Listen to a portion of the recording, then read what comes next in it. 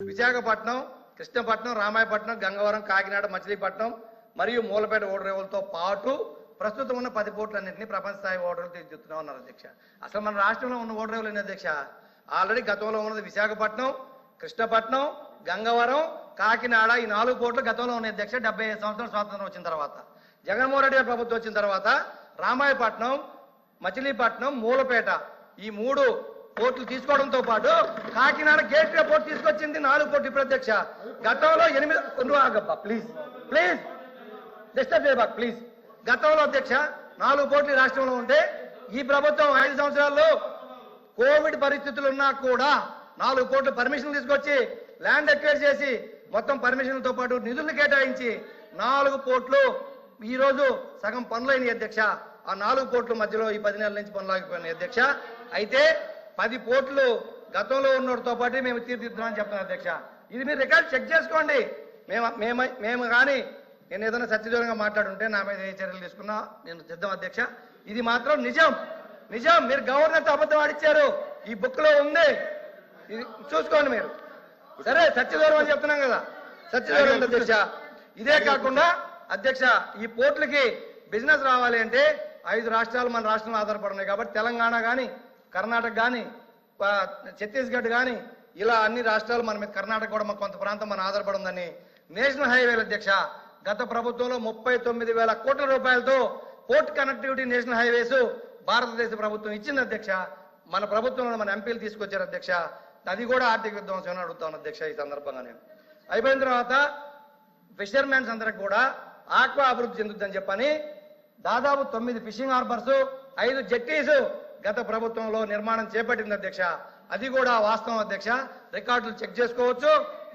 ఎన్ని పనులు జరిగినాయి, ఎన్ని పనులు జరుగుతూ ఉన్నాయి, ఎన్ని పూర్తయినాయి అనేది కూడా అధ్యక్ష ఇవి మీరు చూసుకోవచ్చు. కానీ దీంట్లో ఆ ప్రస్తావన లేదు అధ్యక్ష ఈ గవర్నర్ ప్రసంగంలో. ఈ కాకుండా మెడికల్ కాలేజీ అధ్యక్ష 11 ప్రభుత్వ మెడికల్ కాలేజీలతో 75 ఏళ్లలో ఈ రాష్ట్రంలో కడితే ప్రైవేట్ మెడికల్ కాలేజీలు కాదు అధ్యక్ష, వ్యాపార సంస్థలు కాదు అధ్యక్ష. 17 ప్రభుత్వ మెడికల్ కాలేజీల కోసం గత ప్రభుత్వం కేంద్ర ప్రభుత్వం దగ్గర అనుమతులు తీసుకొచ్చి దాదాపు 5 ప్రభుత్వ కాలేజీలు కంప్లీట్ చేస్తే మిగతా కాలేజీలు యూసే లేదు అధ్యక్ష. అవి ప్రైవేట్ పరం చేస్తారా, ప్రభుత్వంగా కట్టిస్తా అనేది దీంట్లో ప్రస్తావన లేదు అధ్యక్ష. ప్రజలు ప్రభుత్వ మెడికల్ కాలేజీలే ఉంటాయా, వాటిని ప్రైవేట్కి ఇస్తారా అనేది క్లారిటీ లేక చాలా కన్ఫ్యూజన్ ఉన్నారు. అది గవర్నర్ ప్రసంగంలో చేర్చుంటే బాగుండేదని నా అభిప్రాయం అధ్యక్ష. అలాగే టూరిజం అధ్యక్ష, టూరిజం విషయంలోకి వచ్చేటప్పటికి చెప్పండి, మాటలకే పరిమితమైంది కానీ ప్రభుత్వం పాయింట్ కి రిప్లై చెప్పవసరం. లాస్ట్ లో రిప్లైకి అవకాశం ఉంది. వాళ్ళు ఏదైనా తప్పు మాట్లాడితే రిప్లైలో చెప్పండి, మీరు కరెక్ట్ చేయండి. టూరిజం విషయంలోకి వచ్చినప్పటికీ అధ్యక్ష గతంలో కూడా ఇదే సభలో మేము కూడా చెప్పుకున్నాం అధ్యక్ష. టూరిజం మాటలకే పరిమితమైంది కానీ ఇంప్లిమెంటేషన్లోకి వచ్చేటప్పటికి మేము గతంలో కూడా నేనే అడిగిన అధ్యక్ష. పేద బడుగు బలహీన వర్గాలు ఉన్నారు, తీర ప్రాంత ప్రజలు ఉన్నారు, మా అటవీ ప్రాంత గిరిజనులు ఉన్నారు, వాళ్ళందరికీ అవకాశాలు ఇవ్వండి, టూరిజంలో వాళ్ళందరూ ప్రోత్సహించండి అని చెప్పి మేము గతంలో కూడా అడిగాం అధ్యక్ష. దాని మీద కూడా ఓరకు మేము అభివృద్ధి చేస్తామనే మాట తప్ప ఎక్కడ ప్రాక్టికల్ గా ఈ పుస్తకాలు కనిపెట్టదు అధ్యక్ష. శాంతి భద్రతల విషయంలోకి వచ్చేటప్పుడు అధ్యక్ష ఇప్పుడు అందరూ మా సభ్యులు మాట్లాడారు అధ్యక్ష. ఈ పుస్తకంలో 35,000 మంది అని గవర్నర్ గారి ప్రసంగం లేదు అధ్యక్ష. కానీ నాకైతే కొంత విషయం తెలుసు అధ్యక్ష. గతంలో వీళ్ళు ఎప్పుడైతే అపోజిషన్ లో ఆరోపణలు చేశారో ఆ ఆరోపణలు 35,000 మంది మిస్సింగ్ అయినారని డిప్యూటీ సీఎం గారు కూడా ఆరోపణలు చేశారు అధ్యక్ష. ఆ టైంలో చేసినప్పుడు డీజీపీ ఆఫీసు గత పోలీస్ డిపార్ట్మెంట్ వాళ్ళే ఎక్కడ ఇది సత్యదూరం కానీ మిస్సింగ్ కేసులు నమోదైంది 700 మాత్రమే నమోదైనవి. అవన్నీ కూడా కిడ్నాపులు కానీ వేరే కాదు రకరకాల కేసులు నేను చెప్పడం జరిగింది అధ్యక్ష. ఆ 700లో కూడా ఉదాహరణకి చెప్తున్నా అధ్యక్ష, ఉదాహరణకి పవన్ కళ్యాణ్ గారు గవర్నమెంట్ వచ్చిన తర్వాత వాళ్ళ మదర్ వెళ్ళి కంప్లైంట్ ఇస్తే వాళ్ళు కాశ్మీర్ లో ఉంటే ఆ అమ్మాయి ఎవరినో ప్రేమించి పెళ్లి చేసుకుని కాశ్మీర్ నివాసం ఉంటే ఆ పాపం తీసుకొచ్చిన తల్లిదండ్రులకు కూడా డిప్యూటీ సీఎం గారే అప్పచెప్పిన సందర్భం చూసాం అధ్యక్ష. మీకు తెలుసు అవి కిడ్నాప్లా, మిస్సింగ్ కేసులా, వేరే డిఫరెంట్ కేసులు మీరు మీ శాఖలో మీరు పరిశీలించుకోండి. అవి దీంట్లో లేవు అధ్యక్ష. ఇదే కాకుండా ఫైనల్ లాస్ట్ అధ్యక్ష, లాస్ట్కి అధ్యక్ష ఇవన్నీ ఒక ఎత్తు అయితే ప్రజాస్వామ్యంలో మనందరం ఉన్నాం. మనందరం ప్రజాస్వామ్యబద్ధంగా ఎన్నుకునే దయచేసి చాలా ఇంపార్టెంట్ సబ్జెక్ట్ సార్. ఈ పుస్తకంలో నిన్న అందరూ మాట్లాడారు, ఈ పుస్తకంలో ఆ ప్రస్తావన లేదు. నిన్న చాలా మంది చాలా రకాలు మాట్లాడారు. దయచేసి ఇంకో 2-3 నిమిషాలు నేను ముగిస్తాను అధ్యక్ష. నా, నా. 2-3 నిమిషాలు అధ్యక్ష. లాస్ట్ పాయింట్ అధ్యక్ష, లాస్ట్ పాయింట్. ఇక చాలా మంది ఉన్నారు. అవును, లాస్ట్ పాయింట్ అధ్యక్ష. 15 నిమిషాలు కూడా ఇలా నాకు 15 నిమిషాలు కూడా ఇలా గంటలో. లాస్ట్ పాయింట్ అధ్యక్ష. అధ్యక్ష లాస్ట్ పాయింట్ మీరు అధ్యక్ష, ఇది అందరూ వినాలి అధ్యక్ష.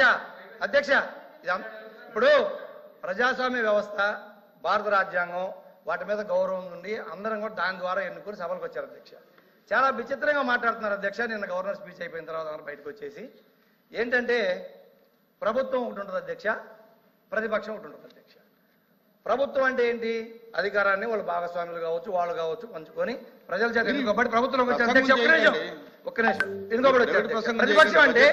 ప్రతిపక్షం అంటే ఏంటి అధ్యక్ష? పిఎస్సి చైర్మన్ ప్రతిపక్షం వాళ్ళకి ఇచ్చేది భారత రాజ్యాంగం ప్రకారం, ప్రజాస్వామ్యం ప్రకారం సాంప్రదాయం అధ్యక్ష. అధికార ప్రభుత్వానికి అధికారంలో భాగస్వామ్యులుగా ఉన్న వాళ్ళకి, మంత్రులుగా, డిప్యూటీ సీఎంలుగా ఈ సభలో ఉన్న వాళ్ళకి ఎలా పిఎస్సి ఇస్తారు? ఎలా పిఎస్సి ఇస్తారు? ప్రతిపక్షం ఏది అధ్యక్ష? లేదనుకోండి, వాళ్ళే ప్రతిపక్షం రావాలనుకుంటే వాళ్ళు రాజీనామాలు చేసి మంత్రులు, డిప్యూటీ సీఎంలు వచ్చేయండి. అంతేగాని ఇలా ఎవరి నోటికొచ్చిన మాట్లాడి ఈ రోజు గవర్నర్ ప్రసంగంలో రాష్ట్రానికి సంబంధించింది ఏదీ లేదు. ఇంకొక విషయం అధ్యక్ష, గత ప్రభుత్వం అన్నారు వడ్డీలు కడుతున్నామన్నారు. గత ప్రభుత్వం వడ్డీలు కడుతుంది వాళ్ళు చేసిన అప్పులకి, మేము చేసిన అప్పులకి, మేము కట్టే వాళ్ళు చేసిన అప్పులకి 3.5 లక్షల కోట్ల అప్పు 19 నాటికి ఉంటే 1 లక్ష కోట్ల బాకీలు పెట్టిపోతే ఆ బాకీలు 19-24 మధ్యలో జగన్మోహన్ రెడ్డి ప్రభుత్వం తీర్చింది. ఆ 3.5 లక్షల కోట్లకి మేము వడ్డీ కట్టాం 5 ఏళ్ళు. మంత్రి గారు, హోమ్ మినిస్టర్ గారు కూర్చో, అయిపోయింది కూర్చో. అధ్యక్ష, ఇందాక లోపి గారు కూడా చెప్తూ ఇది గవర్నర్ గారు. కూర్చోండి. మాధవ్ గారు కూర్చో. హోమ్ మినిస్టర్ గారు. అధ్యక్ష, ఇక్కడ ఒక 2 విషయాలు అధ్యక్ష. అంటే గవర్నర్ గారి స్పీచ్ కి సంబంధించి ధన్యవాదాలు తెలిపే తీర్మానంలో ఏదైనా సభ్యులు సత్యదూరం క్షమించండి అధ్యక్ష, సత్యదూరానికి సంబంధించిన అంశాలు చెప్పినప్పుడు కంపల్సరీగా మేము చెప్పాల్సిన బాధ్యత ఉంది. కంపల్సరీ రిప్లైలు ఎవరైతే మంత్రి గారు చెప్తారో వాళ్ళందరూ కూడా చెప్తారు అధ్యక్ష. ఇప్పుడు మన సభ్యులు మాట్లాడినప్పుడు ప్రతిపక్ష హోదా గురించి మాట్లాడారు అధ్యక్ష. ఎందుకు ఈ సభలో మాట్లాడుతున్నానంటే ఆయన ఈ సభలో ఎత్తారు కాబట్టి విషయం చెప్పాలి అధ్యక్ష. ప్రతిపక్ష హోదా రావటానికి వాళ్ళకున్న సభ్యులు సరిపోతారని వాళ్ళకు వచ్చిన రూల్ బుక్ లో అధ్యక్ష చెప్పాలి. గురించి ప్రతిపక్షం గురించి అంత గట్టిగా మాట్లాడుతూ నిన్న గవర్నర్ గారి ప్రసంగంలో తమరు ఉన్నారు అధ్యక్ష. అధ్యక్ష, గవర్నర్ గారి ప్రసంగంలో తమరు ఉన్నారు. ఒక పక్క మీరు, ఒక పక్క స్పీకర్ గారు, ఒక పక్క గవర్నర్ గారు మాట్లాడుతున్న సందర్భంలో ప్రతిపక్ష హోదా కావాలి అని చెప్పి అడగడం అన్నది ఎంతవరకు సభ్యత అధ్యక్ష? వీళ్ళు సభ్యత సంస్కారాల గురించి మాట్లాడుతున్నారేంటి అధ్యక్ష? ప్రతిపక్ష హోదా అనే విషయం ఈ సభకు సంబంధించింది కాదు. అది ఆయన మాట్లాడారు అధ్యక్ష. ఎవరు మాట్లాడారు చెప్పాలి. ప్రజలు ఇవ్వలేదు. ఈ రోజు చంద్రబాబు నాయుడు గారు, పవన్ కళ్యాణ్ గారు, గవర్నర్ గారు ఇచ్చింది కాదు అది. ప్రజలు ఈ రోజు ప్రతిపక్ష హోదా ఇవ్వలేదు. మీరే ఒకనొక సందర్భంలో అధికారంలో ఉండేటప్పుడు అట్నుంచి తీసుకుంటే ప్రతిపక్ష హోదా పోతుందని చంద్రబాబు నాయుడు గారు పోతుందని మాట్లాడారు. మరి ఆ రోజు రూల్ అండ్ రెగ్యులేషన్స్ తెలీదా? ఆ రోజు సత్యబాబు గారు పెద్ద ఆయన సభలో ఉన్నారు అధ్యక్ష. అర్థం చేసుకోవాలి అధ్యక్ష. ఎక్కడ పడితే అక్కడ దీని గురించి మాట్లాడితే మేము మాట్లాడతాం. మేడం కూర్చోండి. ఎలా ఇస్తారండి అపోజిషన్? మంత్రి గారు, అపోజిషన్ లీడర్ కి ఇస్తారు. మంత్రి గారు, అపోజిషన్ లేనప్పుడు మాధవ్ గారు కూర్చోండి. జగన్మోహన్ రెడ్డి ఫ్లోర్ లీడర్ అంతే. వైఎస్ఆర్సీపీ ఫ్లోర్ లీడర్ ఆయన అంతే, అంతకు మించి ఏం లేదు.